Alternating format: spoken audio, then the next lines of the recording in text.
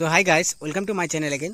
তো দেখো চলে আসছি নতুন আরেকটা ভিডিও নিয়ে। তো আজকে আমরা ভিডিওতে আলোচনা করব যে সমস্ত অঙ্গনওয়াড়ি আশাকর্মী, চুক্তিভিত্তিক এবং অস্থায়ী কর্মীদেরকে নিয়ে আজকের ডেটে কী কী আপডেটগুলো রয়েছে সেই আপডেটগুলোই আমরা মূলত এখানে ডিসকাস করার চেষ্টা করব।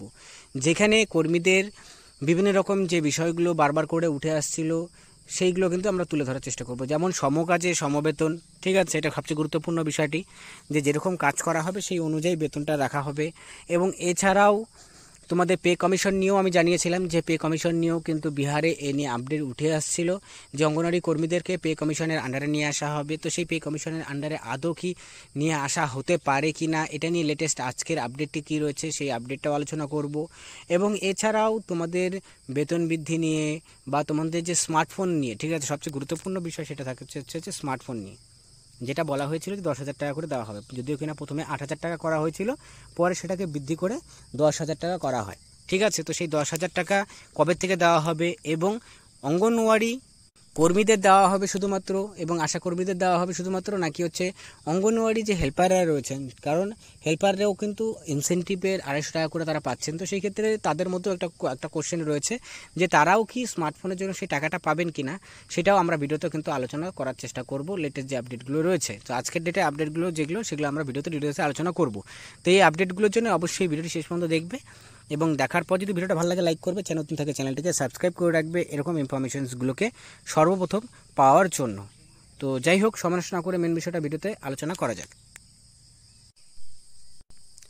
তো প্রথম যে আপডেটটা সেটা হচ্ছে যে পে কমিশন নিয়ে, ঠিক আছে, যে পে কমিশন নিয়ে কর্মীদের কি পে কমিশনের আন্ডারে আনা হবে কি। দেখো এখনই কিন্তু পে কমিশনের আন্ডারে যেটা লেটেস্ট আপডেট অনুযায়ী জানা যাচ্ছে যে এখনই কর্মীদের নিয়ে আসা হবে না।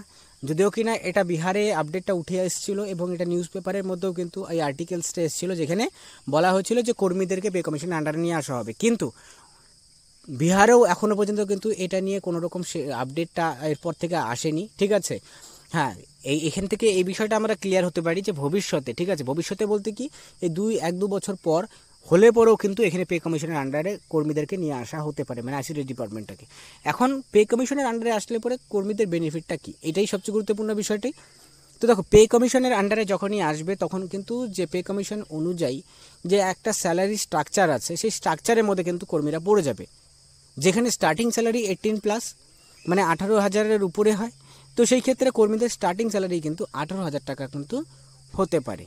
তো এটা একটা বড়সড় একটা গুড নিউজ হতে পারে কর্মীদের জন্য যদি পে কমিশনের আন্ডার হয়, কারণ এটা বেতন বৃদ্ধির সিস্টেমের থেকে কিন্তু বাইরে, ঠিক আছে। কারণ এটা পে কমিশনের আন্ডারে নিয়ে আসা হবে, একটা নিয়মের আওতায় কর্মীদেরকে নিয়ে আসা হবে। তো নিয়মের আওতায় নিয়ে আসলে তাহলে অটোমেটিক্যালি কর্মীদের কিন্তু এখানে সরাসরিভাবে বেতন বৃদ্ধি করা, মানে বেতন বৃদ্ধি তো না, বেতন নতুন করে তারা পাবেন, যেহেতু সেখানকার যে স্ট্রাকচার রয়েছে সেই স্ট্রাকচার অনুযায়ী। আর থার্ডলি হচ্ছে কি যে বিষয়টি, সেকেন্ডলি যে বিষয়টি হচ্ছে যে পে কমিশন, তো আমি বলে দিলাম তোমাদেরকে পার্মানেন্ট নিয়ে। তো দেখো কিছুদিন আগে তোমরা দেখেছিলে, আজ থেকে 1-1.5 বছর আগে, যে উড়িষ্যা সরকারের তরফ থেকে বলা হয়েছিল যে কর্মীদেরকে স্থায়ীকরণ দেওয়া হবে, ঠিক আছে। এটা নিয়ে বিভিন্ন রকম নিউজ পেপার, তারপর তোমাদের হচ্ছে খবরের চ্যানেল, এগুলোতেও কিন্তু এই বিষয় নিয়ে আপডেট উঠে আসছিল। আমরা অবশ্যই তোমরা ফলো করেছিলে সেই নিউজটাকে। তো সেই ক্ষেত্রে কিন্তু এখন রিসেন্টলি উড়িষ্যাতে সরকার চেঞ্জ হয়েছে। তো এখন সেই সরকার সেটা ইমপ্লিমেন্ট করে কি না, যে আগের যে সরকার যেটা করে গিয়েছিল সেটাই কিন্তু দেখার রয়েছে, কারণ এখনও পর্যন্ত সেখানে কিন্তু এটা এখনও পর্যন্ত ইমপ্লিমেন্ট হয়নি। তো সেটাই অবশ্যই দেখার রয়েছে। আর এছাড়াও কর্মীদের যে নেক্সট আপডেটটি রয়েছে স্মার্টফোন নিয়ে। তো দেখো স্মার্টফোন কিন্তু আমি প্রথমত বলে দিচ্ছি, যেটা লেটেস্ট আপডেট অনুযায়ী, আমার কথা বলাতে কোনো কিছু যায় আসে না। সেই ক্ষেত্রে অঙ্গনওয়াড়ি হেল্পারদের কিন্তু স্মার্টফোন দেওয়া হবে না কোনোভাবে করে, কিন্তু নোটিফিকেশন থেকে শুরু করে কোনো জিনিসেই কিন্তু এটা বলা হয়নি। কারণ